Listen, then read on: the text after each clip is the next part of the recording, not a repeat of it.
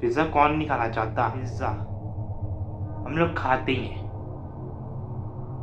किसी पार्टी के अंदर, किसी हॉल फंक्शंस के अंदर, लेकिन कुछ पिज्जे के साथ ऐसी डरावनी और ऐसी कड़वी तासर हो जाती है जो अगर एक बार कोई सोचना, एक बार सच बता रहा हूँ, पेट में मुंहता दिखता है वो। आज की कहानी एक ऐसी पिज्जे के ऊपर आधारित है। एक पिज्जे के ऊपर। जी हाँ, पिज्जा वो चीज होती है जिससे हमारे अरमानी जो जो खा के ही हमारे अरमान पूरे होते हैं, हमारी चाहत पूरी होती है। पिज्जा हम खाते ही हैं, लेकिन जो पिज्जा के जो राइडर्स होते हैं, जो हमारे लिए कड़कती बारिश में भी शानदार पिज्जा लाते हैं, उनके साथ भी कुछ ऐसा भूत घट जाता है, एक ऐसा डरावना घट जाता है जो अगर एक बार कोई सुन लेना, एक बार, तो यार तो वो इंसान डर के बेहोश हो जाता है या तो उसकी जान चली जाती है।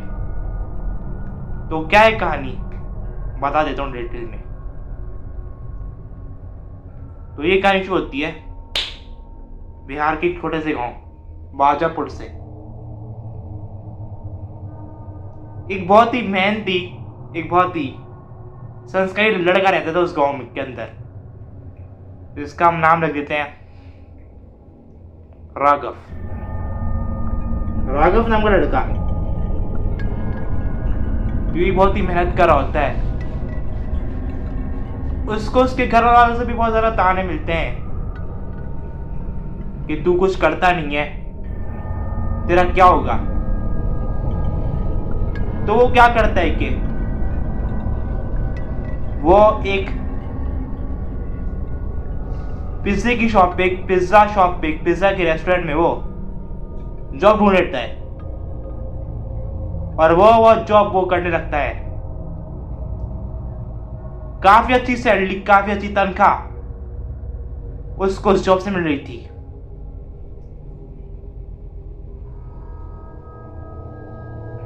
ऐसे करते करते एक दिन कट जाता है, 2 दिन कट जाता है, तीसरा दिन कट जाता है, फिर आता है 14 दिन। 14 दिन को आता है, उसको ऑर्डर आता है मुंबई के थाने नाम के इलाके से। ये जाता है अपने उसी ऑर्डर को देने के लिए मुंबई टू थाने। तो ये निकल जाता है मुंबई से थाने के लिए। यही कोई रात के कुछ 12 या 11 बजे होंगे। ये निकल जाता है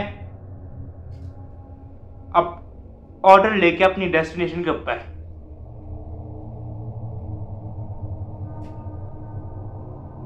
तो ये पहुंचता है एक खंडर से घर के पास, एक डरावने घर के पास।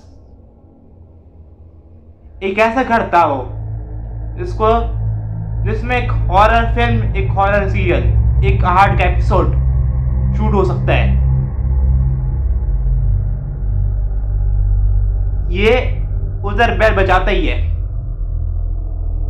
कि एक बूढ़ी सी आंटी निकलती हैं।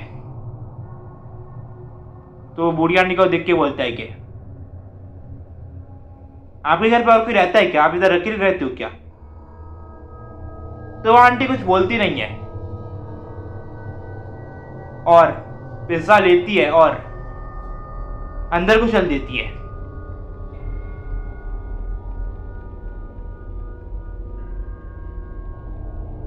तभी क्या होता है कि उसको अपने बिल्कुल पीछे कंधे पे टैप होता है। जैसे पीछे मुड़ के देखता है, क्या बात है, पीछे उसके वही आंटी खड़ी है जो उसके जिसने उससे पिज्जा रिसीव किया था। कैसे पॉसिबल है ये कि सामने से एक आंटी आई, उससे पिज्जा लिया और अंदर को चली गई, जबकि ये बंगले का मैं आपको बता दूं कोई और दूसरा दरवाजा नहीं था। और ये आंटी इतनी ताकतवर नहीं थी कि एक खिड़की टाप सके, एक विंडो को ताप सके और बाहर निकल सके। बहुत ही कमजोर सी, लाचार सी ये बुढ़िया थी, आंटी थी। तो उसका दिमाग सटक गया। भाई साहब बोला, ये क्या भाई, एक आंटी जो के सामने खड़ी हुई है, वो पीछे मेरे अचानक से। तो वो आंटी को देखिए चौंक गया, इतना चौंका जैसे मानो अभी ये बेहोश हो जाएगा। तो आंटी इसको बहुत ही डरावनी सी आवाज में कहती हैं कि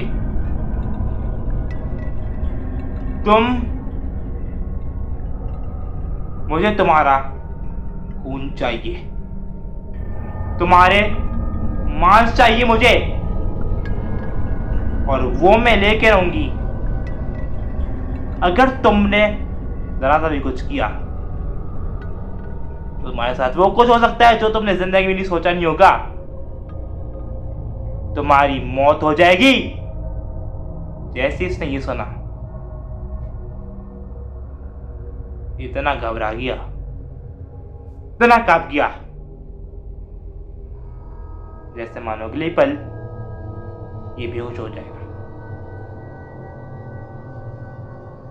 तो ये घबराई सी आवाज में बोलता है, आंटी जी छोड़ दो, मैं एक लाचार सा लड़का हूं, मेरा कोई नहीं है, प्लीज मुझे छोड़ दो ना।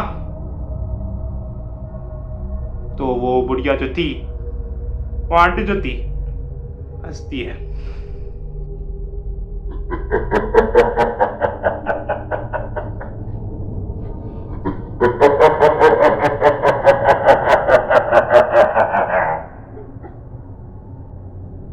तुम्हें क्या लगा, तुम्हें छोड़ दूंगी? बिल्कुल नहीं, तुम्हारा खून पीऊंगी और अभी पीऊंगी मैं। जैसे इसने बात सुना, भाई साहब पूछो मत क्या हुआ, बेहोश हो गया। सुबह से आंख खुलती है, क्या पाता है, इसके चारों ओर लोग खड़े हुए हैं और इसको बड़ी ऐसी नजर से देख रहे हैं जैसे मानो ये यहाँ पे एलियन आ गया है। तो सबसे पूछता है, मैं कौन हूं और आप लोग कौन हो? आप लोग यहाँ पे क्या कर रहे हो? तो एक लड़का, एक लड़का कहूं, एक आदमी कहूं, वो आता है और इसको आश्वासन देता है कि कुछ नहीं हुआ, तुम बिल्कुल सुरक्षित हो। तो ये पूछता है कि इस घर की हिस्ट्री क्या है, इस घर का इतिहास क्या है। तो बोलता है कि इस घर में 2 साल पहले एक लड़का, उसकी पत्नी और उसके 2 साल का एक बेटा भी था। उसने अपनी पत्नी के बातों पे आके उस औरत की हत्या कर दी थी और वो उसकी जो मां थी वो मर गई। बात यही भी खत्म नहीं होती। उसकी जो पत्नी थी उसका किसी तो लड़के के साथ अफेयर था। वो काम से थका हारा घर आया तो क्या बात है, उसकी पत्नी किसी और मर्द के साथ बेड पे पड़ी हुई है बिना कपड़ों के। जैसे इसने सुना अपनी पत्नी को मार दिया और उसका सर धड़ से अलग कर दिया और उसके आशिक के साथ पूछ मत क्या किया, उसको नामर्द बना दिया। रोड पर उसका नंगा बगाया और आखिरकार उसको बहुत दर्दनाक मौत दे दी। तब से कहा जाता है कि उस घर में उसी बुढ़िया की, उसकी पत्नी की आत्मा भटकती है और जो कोई भी राहगीर रात को इस पर्टिकुलर बंगले के पास आता है तो वो उसके साथ कुछ ऐसा हो जाता है तो उसने जिंदगी में कभी नहीं सोचा, उसकी मौत हो जाती है। तभी से कहा जाता है कि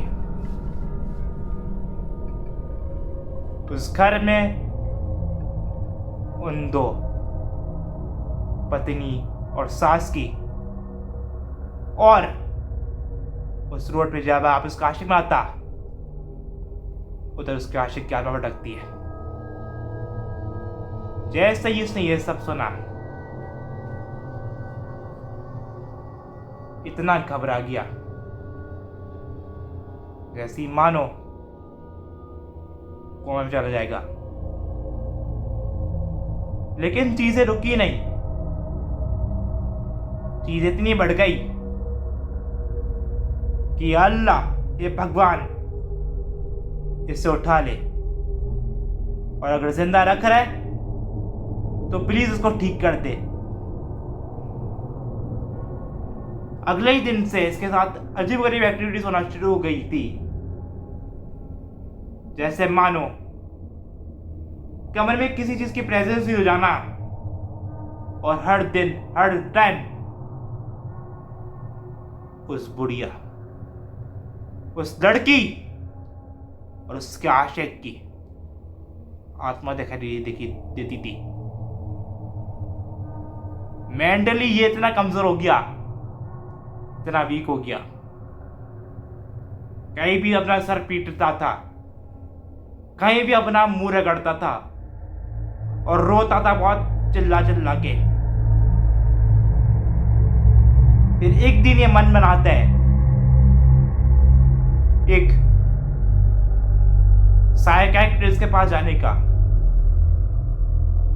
ये वो साइकियाट्रिस्ट के पास पहुंचता है, उसको अपनी बीते हुए दिन की हर एक बात, हर एक दास्तान बताता है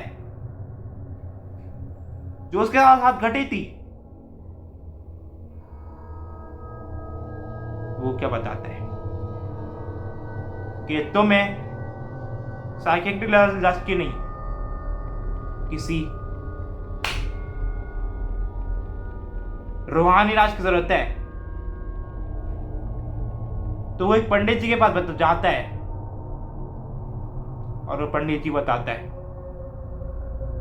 तुम्हारे ऊपर 3 आत्माएं हैं, 2 फीमेल, 2 एक औरत की, एक आत्मा जो है एक औरत की है, दूसरी आत्मा एक लड़की की है और तीसरी आत्मा एक लड़के की है।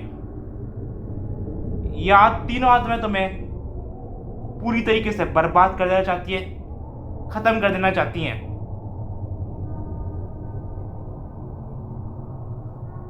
तो उसने बाबा को बताया कि बाबा क्या करना होगा, कैसे मैं इन सभी आत्माओं से छुटकारा पाऊंगा। तो बाबा इसको बताते हैं कि एक तुम्हें एक बहुत ही बड़ा रिचुअल करना होगा, एक हवन जैसा रिचुअल करना होगा, तभी तुम्हें इस आत्मा से छुटकारा मिलेगा, तुम्हें उस आत्मा से छुटकारा मिलेगा, वरना तो नहीं मिलेगा। तभी ये क्या करता है कि अपने जी जान लगा लेता है और अपना वो जो रिचुअल था वो शुरू स्टार्ट कर देता है। 3 दिन 4 दिन तक रिचुअल चलता है और सब कुछ ठीक हो जाता है, सब कुछ बढ़िया हो जाता है। क्या लगता है? सब कुछ बढ़िया था, होने वाला था आगे भी। अरे किस नहीं, 3 दिन 4 दिन को सब कुछ ठीक रहता है यह, लेकिन अगले दिन से मनुष्य दिन शुरू हो जाता है इसका वही फिर से। ये खाना खा रहा था, खाने में क्या देखता है, जो उसका जो दाल चावल का जो थाली थी उसके अंदर खून से सना हुआ गुच्छा था, बालों का गुच्छा था। जैसे ये सब देखता है ना, इसकी सिट्टी पिट्टी घुम जाती है। तो ये बोलता है कि आप जो कोई भी हो, प्लीज मुझे छोड़ दो। मैंने आपको कुछ नहीं बिगाड़ा था, पिता भी मेरा कुछ नहीं बिगाड़ोगे। तभी ये उसी पंडित जी के पास दोबारा जाता है और उस पंडित जी को हर एक बात बताता है जो उसके साथ हुई थी। तो वो पंडित जी बताते हैं तुम्हें पर अपने पर एक हवन करना होगा। ये उसी हवन को करने लगता है और ठीक हो जाता है, लेकिन आज भी अपने उस साल को याद करता है ना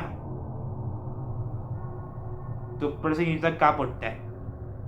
तो ये थी आज की स्टोरी, कैसी लगी आपको जरूर बता देना। हम ले लेंगे अपनी अगली स्टोरी में। बहुत ख्याल रखता अपना, कीप लर्निंग कीप लिसनिंग। और आपके पीछे कौन है? देखो देखो देखो कौन है पीछे। मिलेंगे एक और अगली हॉरर स्टोरी में, नवी वीडियो में। बहुत ख्याल रखना। सायोनारा।